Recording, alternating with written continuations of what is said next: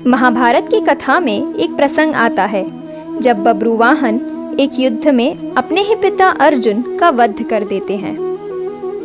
अर्जुन ने द्रौपदी और सुभद्रा के अलावा अन्य 2 विवाह भी किए थे। उनकी एक पत्नी का नाम था उलूपी। उलूपी से अर्जुन को इरावन नामक पुत्र प्राप्त हुआ था, जिसने महाभारत युद्ध में स्वयं की इच्छा से अपनी बलि दी थी। अर्जुन ने दूसरा विवाह किया था मणिपुर की राजकुमारी चित्रांगदा से। चित्रांगदा से अर्जुन को बब्रुवाहन नामक एक पुत्र की प्राप्ति हुई थी। कहा जाता है कि उसने एक युद्ध में स्वयं अपने पिता का ही वध कर दिया था।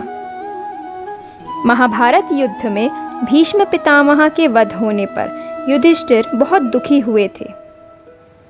तब महर्षि वेदव्यास और श्री कृष्ण ने उन्हें समझाया और उन्हें धर्म पूर्वक शासन करने के लिए कहा। शोक निवारण के लिए भगवान श्री कृष्ण के कहने पर महर्षि वेदव्यास ने युधिष्ठिर से अश्वमेध यज्ञ करने के लिए कहा। तब युधिष्ठिर ने कहा कि इस समय हस्तिनापुर का राजकोष खाली हो चुका है। अश्वमेध यज्ञ करने के लिए बहुत से धन की आवश्यकता होती है जो उपलब्ध नहीं है। युधिष्ठिर की बात सुनकर महर्षि वेदव्यास ने बताया कि पूर्व काल में राजा मरुत ने एक यज्ञ किया था। उस यज्ञ में उन्होंने ब्राह्मणों को बहुत सा सोना दान में दिया था। सोना अधिक मात्रा में होने के कारण ब्राह्मण उस सोने को अपने साथ नहीं ले जा सके थे, तो वह उस सोने को वहीं छोड़ गए। वह सोना आज भी हिमालय पर मौजूद है। उस धन से अश्वमेध यज्ञ किया जा सकता है। महर्षि वेदव्यास की बात सुनकर युधिष्ठिर ने ऐसा ही करने का निर्णय लिया। महर्षि वेदव्यास के कहने पर पांडव हिमालय की ओर प्रस्थान करने लगे। वहां महर्षि के बताए अनुसार राजा मरुत के धन को उन्होंने प्राप्त कर लिया। फिर धन लेकर पांडव हस्तिनापुर आ गए। पांडवों ने शुभ मुहूर्त देखकर अश्वमेध यज्ञ का शुभारंभ किया। अर्जुन को अंगरक्षक बनाकर अश्व को छोड़ दिया गया। वह अश्व जहां भी जाता था, अर्जुन उसके पीछे पीछे जाते थे। अनेक राजाओं ने पांडवों की अधीनता स्वीकार कर ली, क्योंकि अर्जुन से युद्ध करने के लिए कोई तैयार ही नहीं था। वहीं कुछ राजाओं ने मैत्रीपूर्ण संबंधों के आधार पर पांडवों से संधि कर ली थी।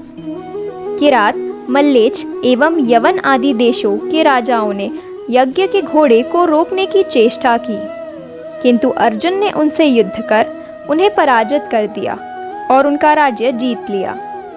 इस तरह विभिन्न देशों के राजाओं के साथ महारथी अर्जुन को युद्ध करना पड़ा। फिर अश्वमेध यज्ञ का घोड़ा घूमते घूमते मणिपुर पहुंचा। वहां की राजकुमारी चित्रांगदा से अर्जुन को बब्रुवाहन नामक पुत्र था। बब्रुवाहन ही उस समय मणिपुर का राजा था। जब बब्रुवाहन को अपने पिता अर्जुन के आने का समाचार मिला, तो उनका स्वागत करने के लिए वह नगर के द्वार पर गए। अपने पुत्र बब्रुवाहन को देखकर अर्जुन ने कहा कि मैं इस समय यज्ञ के घोड़े की रक्षा करता हुआ तुम्हारे राज्य में आया हूं, इसलिए तुम मुझसे युद्ध करो। जिस समय अर्जुन बब्रुवाहन से ये बात कह रहा था, उसी समय नागकन्या उलूपी भी वहां आ गई थी। उलूपी भी अर्जुन की पत्नी थी। उलूपी ने भी बब्रुवाहन को अर्जुन से युद्ध करने के लिए उकसाया। अपने पिता अर्जुन व सौतेली माता उलूपी के कहने पर अर्जुन पुत्र बब्रुवाहन युद्ध के लिए तैयार हो गए। अर्जुन और बब्रुवाहन में भीषण युद्ध होने लगा। अपने पुत्र का पराक्रम देखकर अर्जुन बहुत प्रसन्न हुए। बब्रुवाहन उस समय युवक ही थे। अपने बाल स्वभाव के कारण बिना परिणाम पर विचार करे उन्होंने कामाख्या देवी से प्राप्त एक तीर अर्जुन पर छोड़ दिया। उस बाण की चोट से अर्जुन बेहोश होकर धरती पर गिर पड़े। बब्रुवाहन भी उस समय बहुत घायल हो चुके थे। वह भी बेहोश होकर जमीन पर गिर पड़े। तभी वहां बब्रुवाहन की माता चित्रांगदा भी आ गई थी।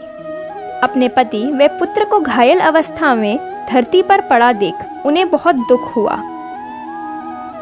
चित्रांगदा ने देखा कि उस समय अर्जुन के शरीर में जीवित होने के कोई लक्षण नहीं दिख रहे थे।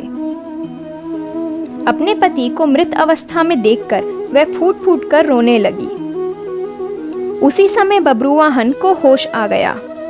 जब उसने देखा कि उसने अपने पिता की हत्या कर दी है, तब उसे बहुत ही ज्यादा शोक हुआ। अर्जुन की मृत्यु से दुखी होकर चित्रांगदा और बब्रुवाहन दोनों ही आमरण उपवास पर बैठ गए। जब नागकन्या उलूपी ने यह सब देखा तो उसने संजीवन मणि का स्मरण किया। उस मणि के हाथ में आते ही उलूपी ने बब्रुवाहन से कहा कि यह मणि अपने पिता अर्जुन की छाती पर रख दो। बब्रुवाहन ने उलूपी के कहने पर ऐसा ही किया। वह मणि अर्जुन की छाती पर रखते ही अर्जुन पुनः जीवित हो उठे। अर्जुन द्वारा पूछने पर उलूपी ने बताया कि यह मेरी मोहिनी माया थी। उलूपी ने कहा कि छल पूर्वक भीष्म का वध करने के कारण वसु आपको श्राप देना चाहते थे।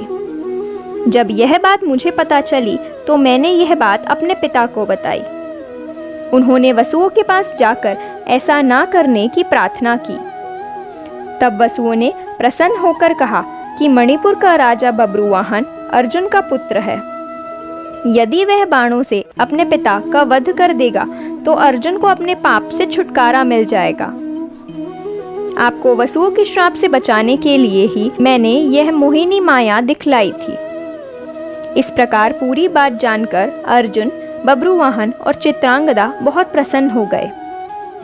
अर्जुन ने पुत्र बब्रुवाहन को अश्वमेध यज्ञ में आने का निमंत्रण दिया और पुनः अपनी यात्रा पर चल दिए। इस प्रकार अर्जुन अन्य देशों के राजाओं को पराजित करते हुए पुनः हस्तिनापुर लौट आए। अर्जुन के आने की खबर सुनकर युधिष्ठिर एवं श्री कृष्ण बहुत प्रसन्न हुए। तय समय पर उचित स्थान देखकर यज्ञ के लिए भूमि का चयन किया गया। शुभ मुहूर्त से यज्ञ प्रारंभ हुआ।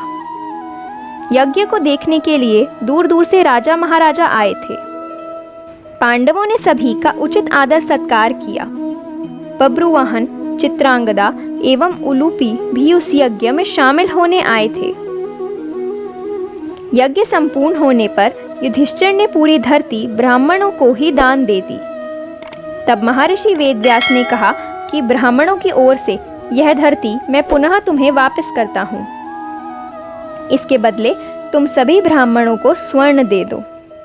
युधिष्ठिर ने सभी ब्राह्मणों को इतना दान पाकर ब्राह्मण भी तृप्त हो गए। ब्राह्मणों ने पांडवों को आशीर्वाद दिया और इस प्रकार अश्वमेध यज्ञ सकुशल संपन्न हो गया।